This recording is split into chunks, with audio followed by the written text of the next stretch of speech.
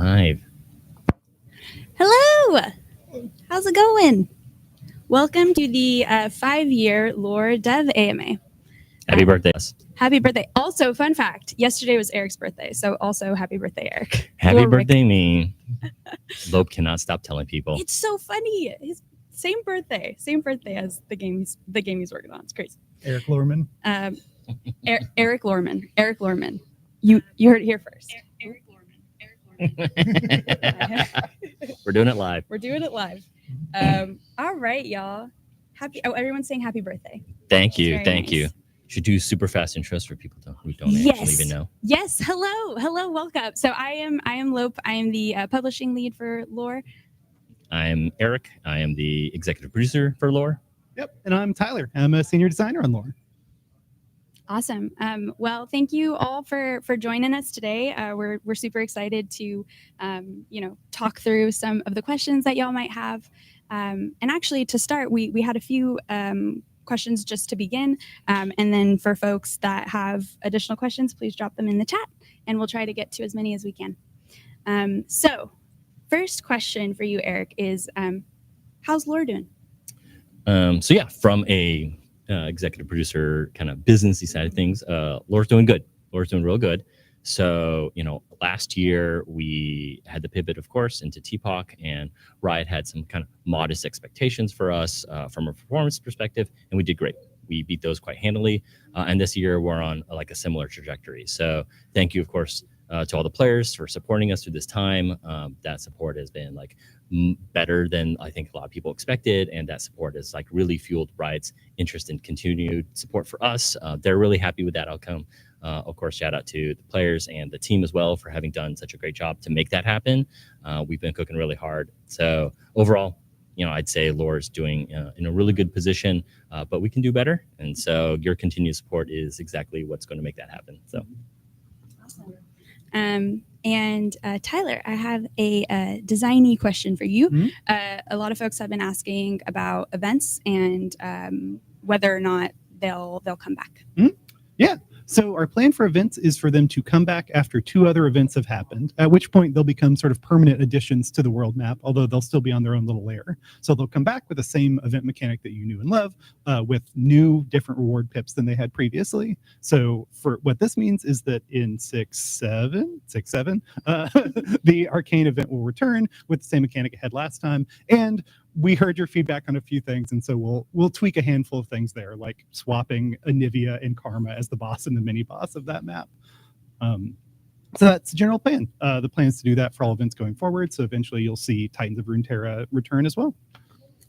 Internally named the Chonkers event. Yes, Yes. I will Important. probably call it that at some point during this AMA. Yes. Thank you, Tyler. That's great. So Eric, this is a bit of a spicier question, but I think players would love to know just kind of the relationship between Riftbound and Lore. Sure. So generally speaking, a relationship between Riftbound and Lore as complementary products in the Riot portfolio is one we think is great, unsurprisingly. Otherwise, the 2 games would probably not exist. The complementary way that we think that it will be is, of course, Riftbound is a in real life IRL focused game, competitive social. So you are expected to play with your friends, theorycraft, deck build, just like a regular paper TCG. Lore is more focused on the roguelite experience. It is mobile. It is accessibly easy. We want you to go in, have a good time really fast, really easy, put it down, pick it up however you want, play for an hour, play for 5 hours, play for 5 minutes. So these are clearly, I think, models in which, despite both being like card games and strategy games in the Riot ecosphere, play well together, I'd say, in that way. And then internally, the teams are actually unsurprisingly well related to each other, and that just creates a lot of synergy and benefit for both games, from a production standpoint, from a design standpoint. So it's actually really great for Lore and Riftbound that we are all together under one big roof. There's a ton of upside, but at the same time, we think you can enjoy both products quite easily at the same time. We hope that you do. That's awesome. And also, we would love to borrow Dave Tron's art of his drawing of Timo, because that was wonderful. Tyler, For events, how do y'all on the design side come up with the mechanics? Yeah. So we sort of see events as our chance to make big swings and change up the core gameplay of TPOC in ways that we think would be exciting but are potentially risky. And so by rolling them out initially as this temporary thing, we get to be really experimental in what we try out and, try and come up with cool ways to change the fundamentals of the game. So for the for Titans of Runeterra, that one premise that we'd sort of had for a long time, and we tested out with set 8, Fate's Voyage, when I led that initially, was that people just want to see more big things. People like playing their big units. It was something that was never systemically that good in lore. Like, their lore has a bunch of systemic incentives to sort of play small units and commit as little as you can. But we had some data, like the success of Acel as a card on release, that made us think, yeah, players really just like slamming their giant creatures on the board. So we made set 8 sort of to try and correct that. Possibly went too far, but so the Chakras event, or Titans of Runeterra, was us sort of coming back to that premise and going, yeah, we think people would like to do this in TPOC too. So TPOC also has a bunch of systemic incentives to play small things. There's a bunch of different ways to cost reduce and cheat mana that make you kind of just want to spam a bunch of cards. And that meant that stuff at the top of the curve often sort of got overlooked. And so Titans of Runeterra was our opportunity to really change up the foundations of how playing large units worked, with like better stickers and powers that were more hospitable to them. So it's going to be a lot of stuff like that. Us finding ways that we think we can improve TPOC and improve the player experience at the same time as making some compelling standalone experience. Do you have any teasers for the next event? I don't, but I am kind of cold. Are you cold, Eric? It's a little draft. Is there a draft? It's a little drafty in here. Yeah. Yeah. Sorry. Oh, yeah. Yeah. Weird you would bring that up, but yeah. That was really subtle. Yes, Eric, I think that this is a question that folks ask a lot, and I think it's important for us to answer this. So for PvP support, what does that look like for lore in the present future? Yeah, sure. So, first of all, definitely appreciate there are lots of people who are passionate about PvP. We made a great PvP game. We still make a great PvP game, but we make it in a particular way right now, which is we'll continue to do support for it as it currently is in the status quo. That means standard will get a rotation every 3 months. We curate the card pool to make it hopefully interesting, to mix up the meta. We're supportive of third-party efforts like Aegis doing their grassroots tournaments. We even throw prize money that way. So PvP still exists in the game. All the queues are active. That hopefully we don't think the wait times are too intolerable. One interesting thing I think for players who are playing is that Eternal has now risen to be the more popular game mode. Standard used to be, of course, the more dominant one in terms of total actives and play hours, and now Eternal has kind of like overcome that and risen in that way. So I think that that's an interesting thing for folks. But yeah, our plan from a support side will continue to be one it is right now. So I think, Tyler, you actually have some thoughts to help better explain a little bit the PvP design attributes. Yeah. So the world where we were making PvP sets continuously was a world in which we had many, many, many more people than we had today. And we sort of don't have the fundamental capabilities to build sets in the way that we did before. It was an enormously time-consuming process to design and balance cards for PvP, and we just don't really have the resources to do that today. And yeah, it is a tough situation. And I'll just say one last note there. Part of that is, of course, we do have really high standards for everything we put out here at Riot. And so yeeting things that have no testing, no QA into ecosystems is just bad and dangerous. Right. Yeah. So something that we care about a lot internally is play against frustration. Historically in lore, we shied away from a bunch of mechanics that were frustrating to play against. That's why we do things like prank instead of discard and stuff like that, to sort of tone down that play against frustration. But when the opportunity came up to design champs specifically for TPOC, it meant that we could sort of access those spaces that were previously forbidden to us, as well as do a bunch of things like pogless strikes and stuff like that, or like pogless damage effects, things that make the game flow better, but would be fairly toxic in a PvP environment. So most of the things that we're making for TPOC right now are very specifically or are taking advantage of that design space and therefore are not great fits for PvP. So we're going to start taking some questions from folks on through the chat. So I'm going to try my best to get to everyone. So there's a question about, and then Eric and Tyler, y'all let me know who wants to answer. Do you fear that PvE will reach a max ceiling / roof one day? And how do you go from there? You can answer from design, and then I'll answer from my perspective, or do you? I already have my answer. Sure, go ahead. I think the answer is no. I don't think there's a ceiling. I think Tyler's like, I disagree. But so the reason I say that is I think we are only starting our exploration to the point Tyler was just making about like what it looks like to design lore from a PvE and TPOC perspective. And I think I look at games I've been playing for 5-10 years and the different design and product things that they come out, different mechanics, different features, continue to evolve substantially. And so like, even if there is a theoretical like cap or maximum of like what we can do with like TPOC and lore's like fundamental like game engine and design sets, like that probably is way beyond the lifespan of like any games that like exist, right? Magic is over 30 years old. Definitely don't think there's like a cap to Magic's design stuff. By the time they find it, you know, we will be in like the year 3000 or something like that.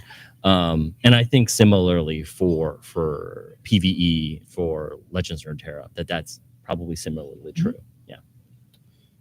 Yeah. If the question is about design space, I'm not super worried about it, especially now that we are like building around TPOC more, which has a bunch of mechanics that we don't have access to in PvP. There's really a lot that we can do, and the set of design space overall is much larger than the set of fun play against design space. So that has opened a lot of doors for us because the AI doesn't complain. It's not allowed to complain. We told it. It does emote, I guess. It does emote, yes. Which fills me with rage sometimes when the Lex emote comes out. Shout out Neil Anderson for making that. Was it Neil? Oh, thank you, Neil. We love it. I love it. I mean, no, I'm proud of him for doing it. I think that's actually great. All right. So we've got another question. Is there a possibility to make either new keywords for future cards or new cards for older archetypes, like the use of day and night, or more for the likes of, I think, it's Rek'Sai or Akshan. It says Rekshan. We'll say Rek'Sai and Akshan or Pike. Yes. I think we will return to things sometimes. I think we'll make new things sometimes. There's no reason not to use the stuff we have, other than occasionally some things are so thematically loaded they're like kind of hard to reuse. Like if we made the Smolder a Night Champion, people would be like, what's going on? But you know, outside of that, I think we will continue to use a lot of the tools that we have in our toolbox. Awesome. So this person asked, can we get any news on late game content for Lore Path of Champions? We did everything already. Okay, I'll just hold on to this. So, I mean, when our next event comes out, it'll have more late game content. When the Arcane event returns, it'll have more content. When the event after that comes out, it'll have more late game content. We're going to keep making late game content. Yeah. You'll love to hear it. Mm-hmm. Awesome. These are, is Silas coming to the game soon? No. Just answer that. POC. Sorry, I just answered that question myself. Easy. Yeah, that was an easy one. Okay, so what are one of the champion spaces that you want to expand on? I guess probably from like a design perspective. Are there any areas of just adding a champion to path that could be interesting? It's a very broad question. Yes. I mean, sorry, can you read the start of it again? Yeah. So the question is, what are one of the champion spaces that you want to expand on? The champion spaces that we want to expand on, like flesh out a champion's archetype. Is that? They want a bigger Malphite. Yeah, They just I want a mean, we can do a bigger bigger Malphite. You can put some, yeah, put some items on them. Maybe we'll skip this one, but if this person is still here, if you all could re-ask the question, but maybe a little bit more specific, then we'll make sure to grab it. All right, let's see. Okay, so I believe day one players have obtained all of the epic relics in golden reliquaries. Can we expect more relics soon? Epic relics from the epic reliquaries, not necessarily. Epics are very tough for us to design because they sort of have the dual problems of it's coming out of an epic reliquary, so you want it to be like exciting and best in slot for a few characters, but it also needs to be validated as not OP with all the other characters, and so they tend to be very playtest and time consuming. But we do know that it's a desire. It sucks to run out of relics in the reliquary, so it's something that we think about, but they're very hard to make or make well. We could make a lot, but they'd be bad. And this is, I think, potentially a question for you, Eric. So since Eternal is more popular, can we consider it getting more ranked queue? Short answer is yes. Okay. I think that's a very reasonable request. We'll take a look. I definitely. So the original preceding thought was, given the relative size of the queues at the beginning when we made the change, we thought that Eternal might not feel great from a rank queue perspective because of the numbers. Yeah, since things have changed, I think we'll definitely take a look at it. It might be a thing where we do it to see how things go and then monitor how the queue health is for both standard and Eternal. But yeah, good idea. Cool. Mm-hmm. There's a question. Okay, so is there any new champ that's going to be added to the game this year? Yes. Awesome. Nailed it. Crushed it. All right. And They're delightful. Wow, I thought we'd at least give them the pronoun. I know how to hold I know how to hold cards close to my vest. Hey. This is why I keep playing poker with Tyler. I feel like you'd have a good poker face. Yes. I like to believe that as well. But the number of people who have called me when I've been bluffing in Vegas is upsetting. Oh no. So, well, Vegas, that's like the pros. That's like they are not pros. they're not the pros. No, I wouldn't be sitting them if they were pros. This is a great question. How do you choose the champion that end up in lore? Yeah. So I guess I can answer both for PvP and PvE. So although ultimately they're surprisingly similar. So in PvP, in the olden days when we had a new region, the primary drivers for that were adding like whatever the most exciting or a pretty representative spread of new champs were. Like we're adding Targon. Okay, so we want some like fast aggressive characters with Diana and Zoe, and then some like big late game payoff characters with Aesol, so on and so forth. And then because we tended to develop lore sets with partnerships between two champs, we looked for a bunch of partners for them. So like, okay, Diana's going to play with Nocturne or so on and so forth. Later on, when we were making smaller sets, there was sort of a slate of regions that we needed to hit because we wanted to give every region approximately equal representation.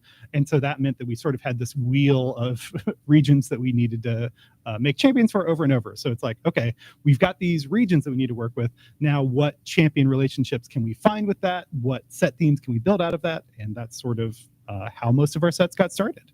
TPOC is now relatively similar in that when we're not doing an arcane event, we don't just want all of our champs to be of a single region. So we sort of have this rolling wheel of, okay, we want to get to these regions pretty soon, so we're going to pick out champs from those regions. Oh, what's a strategy that we haven't done for a while? What's a type of deck that or like strategy that isn't represented in TPOC? Let's choose the champ that best fulfills that. So like, for example, in the last batch, we did Lux as Lux 1 as opposed to other Demacian champions, because of the other Demacians that had constellations, none were like really Spellslinger-y. They're mostly like attack-y or stat-y, which most of the other 3-star Demacians also were. So we sort of chose that to change it up and make sure that there were as many different strategies coming through the pipe as were possible. Awesome. Thank you. There's a lot of questions that I'm making sure we can get to. Let's see. There was a question about legendary items. Yeah, so there was a question about adding legendary items to champions and what our take is on that. I'm not sure whether they mean items or relics. I guess we're assuming item. Yeah, relics. I think like Epic is already has a ton of power in it, so I don't really feel the need for us to advance to something stronger than that anytime soon. You can already do really, really sick things with just combinations of epics and rares. We might get to legendary eventually, but I think there's a there's a reasonable amount of time between us and that. For items, that is more interesting. Like, we're always looking for, more things to make an individual run feel spicy or exciting. So I wouldn't be surprised for us to see those in the mid-distant future, but no promises. Awesome. There is a question about, so it's really hard to get back in the game if you leave for a long while. Do you have any plans to address that besides tutorials? There's a lot of cards to learn and earn, and it's really hard to do.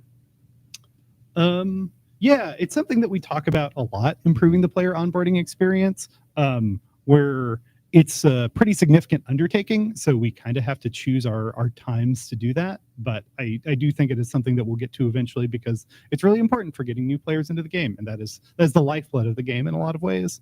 As far as like onboarding you to content, there's some extent to which we can do that by like making more introductory maps or stuff like that to sort of like smooth that over. But that is just sort of a core problem with TCGs, is they tend to be very wide in their content, and you do have to read all the cards, or you should read all the cards, and that's a lot of reading to do.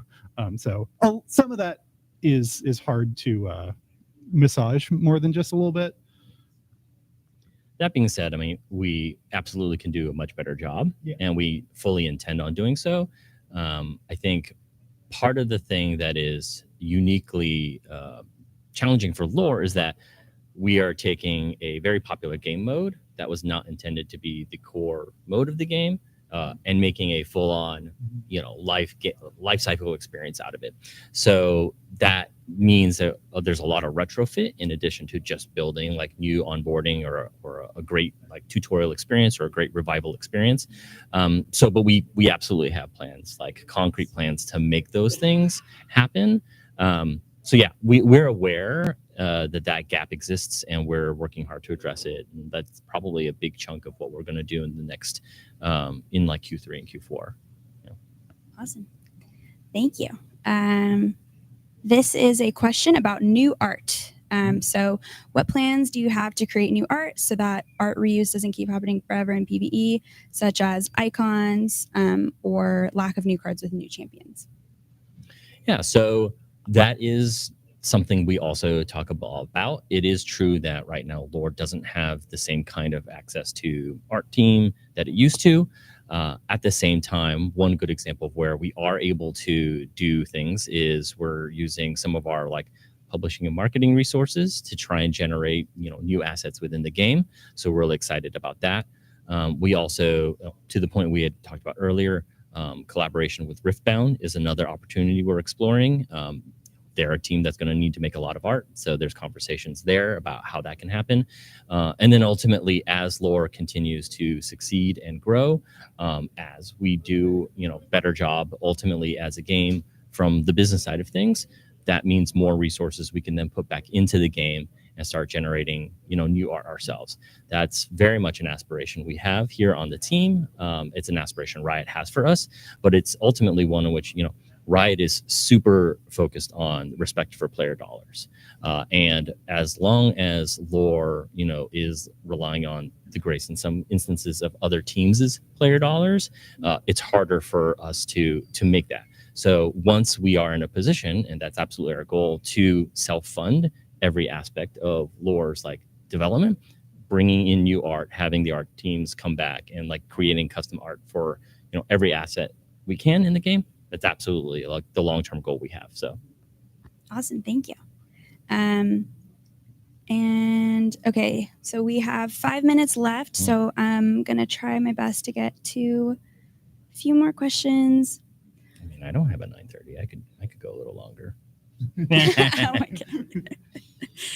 Oh, it's 10. Oh, I have 10. All right. Ooh, okay. So this is a great one. What champion has turned out to be more powerful than you expected after the community got their hands on it? Let's see. I mean, several Viego and Swain definitely both came out, I think, much spicier than intended, due to some surprises. The fact that Swain's Star of Discovery scales the damage of the spells with his power as well was not an interaction that we knew about going in, and that led to him landing spicy. Occasionally, with Fiddles, we had forgotten about Nora's Relic, or not forgotten about, but weren't playtesting it with Fiddlesticks. And so that was an extra source of 1 damage that made him scale a lot stronger than we played him. So it happens mostly due to relic combinations that we don't have time to validate all of. Okay, we have this is a related to our very subtleties about the upcoming event. So it's a PvE question. Would it be possible to give players the ability to add 1 card from the game to the starting deck? I would love to have Deny in my Ionia decks. It gives some decks a smooth start. Is it possible? Yes, it would be a lot of work. A lot of work. Yeah. A lot of work is not to say it's off the table, but anytime we make a choice that is, resource, labor, engineering intensive, it means we're making trade-offs elsewhere. So we love the idea. Don't get us wrong. It's something that has been discussed among people on the team, but there are just other things that we prioritize above it for now. So we do like the idea. It's come up in various discussions here and there. It's just that, is it that or making a great revival experience for people who've never experienced TPOC? Lots of trade-offs. All right.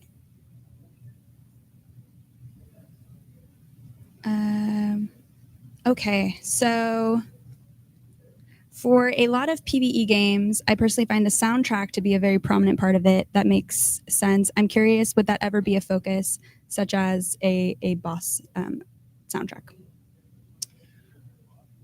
Short answer is yes. Time frame is unclear, indeterminate, but the good kind of indeterminate. Yeah. I will say something that we've been more conscious of going forward is trying to reuse our existing boards in TPOC more, since all of those have different music associated with them. So we are definitely searching for opportunities now to reuse boards that we haven't used in TPOC before. So that should also vary the musical experience for you a little bit more. Okay, we have 1 minute. I think we can get one more in. Hmm? We're gonna get one more in. Are there plans on having infinite runs that get harder and harder in Path of Champions?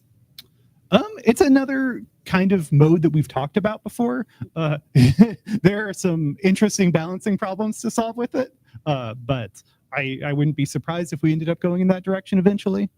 I mean, one thing you and I have talked a lot about in terms of making either an infinite mode or like Everest content, right? Like really hard, truly aspirational. You need to have stacked everything in order to beat. Is that lore has relatively unique design elements that allow even weaker champions to pull off like one-turn kills, right? And that's a design difficulty constraint, whatever you want to call it, right? That makes it harder. If your infinite mode can be solved by like 2-star champ because you got like a legendary power early in your run and you are truly going infinite and there's nothing stopping you because you're winning on turn 2 every single time, that makes it hard, right? Yeah. So the solutions to things like that are often things like the Lysandra power or stuff like that players tend to not enjoy as much, which is why we try to avoid those spaces when possible. I think we have room for one more question, and the question was, is lore shutting down? No. No. We're not shutting down. Yeah, no, we're definitely not. We're not. Okay, I know it is. We're gonna self-fund art. That's how far away we are from shutting down. Oh, okay. I'm gonna try to squeeze in one more question because there's so many questions from the community. Let's get more. Okay. Do you guys have plans to add another relic slot on champions? Please no. Yes, We've got a lot of combos yes. already. Please, yes. Please don't make us test Please, more yes. of them. Thank you. Please, yes. Okay. 2 more. I can be late. Okay. Yeah. We'll do a couple more for y'all. In the spirit of the 5-year. Yeah. When will they leak Ash's release? We already did on April 1st. I'm so excited that it's gonna. I can't Ash is wait. finally coming. I can't wait for Ash to come. She's really good, guys. She's really good. She's broken. All right, so here's sorry y'all, I'm just gonna actually, in the meantime, Eric, tell me about your favorite snack. I thought we only how late can we be, because that's a long That's time. a long answer. Is this the opportunity to reignite the ice cream holy wars? No, because even though as much as ice cream is an dessert, it's not actually my favorite snack. I don't know I'll talk about my current snack in my pantry, which is chili crisps salmon skin. Have you ever had salted egg salmon skin? They're delicious. Think potato chips, but the chips are made of salmon skin. And then like Southeast Asian, Singaporean, Malaysian cuisine has like salted duck egg yolk as a topping for it or a coating for it. Oh my God, those are so good. So I probably shouldn't say a brand. The brand I can, maybe the other snack that I can't talk about brand wise is Kit Kat. Kit Kat. So I have an actual question. Okay, we've amped enough. Thank goodness. Shout out Kit Kat. Shout out Kit Kat. So yeah, I don't know if y'all saw, but Kit Kat made a custom lore card on Twitter, and now we're really excited about Kit Kat. I definitely hope, Hope our producer doesn't. Yes. Shout out Kit Kat. All right. Do you have plans with regards to a multiplayer POC event, like a raid boss for each region or something like that? So we do have an existing multiplayer prototype that's like kind of working, but it is still very much a prototype. Beyond that, that is not one that we've talked about as much, even though it's definitely a design direction we think we can go, both design and like product, right? So, but it's not been, I think, on our radar anywhere near as much because we do value the new player, the revived player experience. We know that the changes we've made to TPOC are a lot, and they're confusing for a lot of people. And so I think making that experience smooth has felt like a very important priority for us, even though we think multiplayer, whether async or synchronous play on like big maps to clear big, huge bosses is something we enjoy ourselves in other games and we think is really, really fun. It's just harder to justify when there are a lot of people coming into the game like, I'm confused. What is Stardust? What are star crystals? What are duck feet? So yeah. I mean, yeah, opportunity costs are the bane of our existence. We want to do a lot of things, but we are not a lot of people.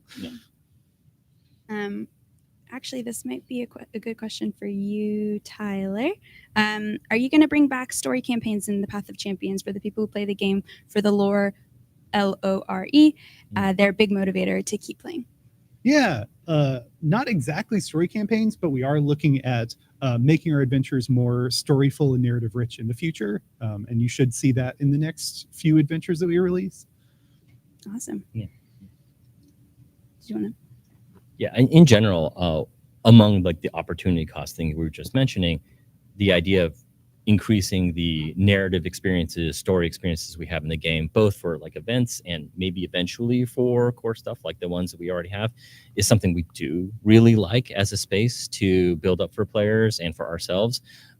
We think that that's a great way to like take the original direction that lore had in terms of world building and like adding to the lore of League IP in a direction that is also very TPOC centric, that marries really well there. So, but again, it is something where we'd love, I think, to do a story adventure for literally every champ we do. But that's just a ton of surface area. It is a lot of effort. It's not that our spirits are unwilling. It is just that, like, from a constraint standpoint, we have other things that we think are higher on the priority list. And we kind of have to do most things in sequence. We cannot do a lot of things in parallel. So that's why it'll take time, until or unless, as the very first person in chat said, more budget, please. But shout out to Elvin. Love you for that. So if and when that happens, then you can see more of these ideas that you guys have that we have coming out in lore, in faster time. Okay, I think we can let's do 2 more questions. All right, and then sure. real, and then we'll have to sign off. So will you expand on monthly challenges like with 5-6 star difficulty challenges? You can answer to start. Sure. I have ideas. Not in the immediate future. Unfortunately, monthly challenges are a relatively time-consuming thing to sustain. Like they're very difficult to update, and if we would sort of need to do, unless we wanted to take stuff away from players, which we don't really want to do, that would mean that we would need to add strictly vertically onto the top of it. So that would be even more challenges, which is, difficult in other ways. So there's a lot of thorns around updating monthly challenges, which has led to us not messing with them much recently. Yeah, and then adding to that as well, monthly challenges is one of the less popular game mode adventures that we have. And so the combination of it is time and labor intensive in order to augment it well, plus it's relatively low popularity, means it's, again, lower on the priority list of things to do. It's definitely not to say we wouldn't do it, and we think that there are definitely ways and reasons we could make the mode more popular. But if the natural gravitation to it is kind of low, we don't want to suddenly put like really juicy rewards at the end of it and force people who like don't naturally find it fun to then suddenly feel like they have to do it. Right. But meantime, for people who do find it naturally fun, because I know there are lots of people who do the strategizing, who put out their their guides for how to approach it. We want to make sure that it's still ultimately a really good experience there. So. Yeah. Yeah, I mean, the last thing I was going to say is, like, again, in the name of opportunity costs, a lot of our focus has been things like events or the New World adventures that we've been doing alongside events, because those are things that are like pretty universally popular and pretty much, the whole player base likes that, as opposed to, the smaller niche that is monthly challenges. Awesome. So this will actually be the last question, the final, and it's a fun one. So Tyler and Eric, tell us your favorite champion to play in Path of Champions. Oh, that's and a good Tyler one. Also kind of linked with which one was your most fun to design. Yeah, that's a good question. I mean, I think my favorite constellation to work on was Nora's.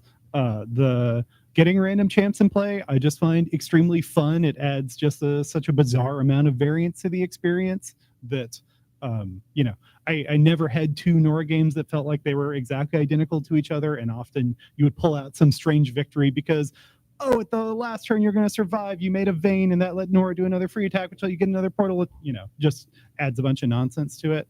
The most fun to design was probably Fiddles.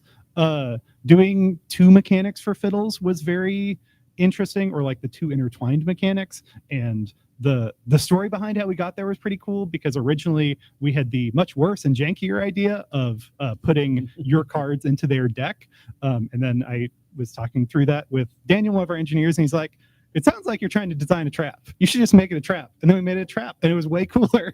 And then we got Terror, which, you know, synergizes with existing mechanics in a lot more ways and gave Fiddlesticks, I think, a lot cooler deck building and like run variants. So great job, Daniel. Thanks. Shout out.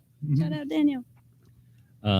So the champ that I find myself kind of using the most often when I do playtesting internally to like test our stuff, when it's more the adventures and less about the champion itself, I find myself using Mbessa a lot. I just really enjoy the free spell, the free attack, the absolute I can't mess this up because she's got barrier and these other using this barrier, and then she's level up and she's just like eating a champ in the back row, and then having Rictus also like, you know, control things in the back.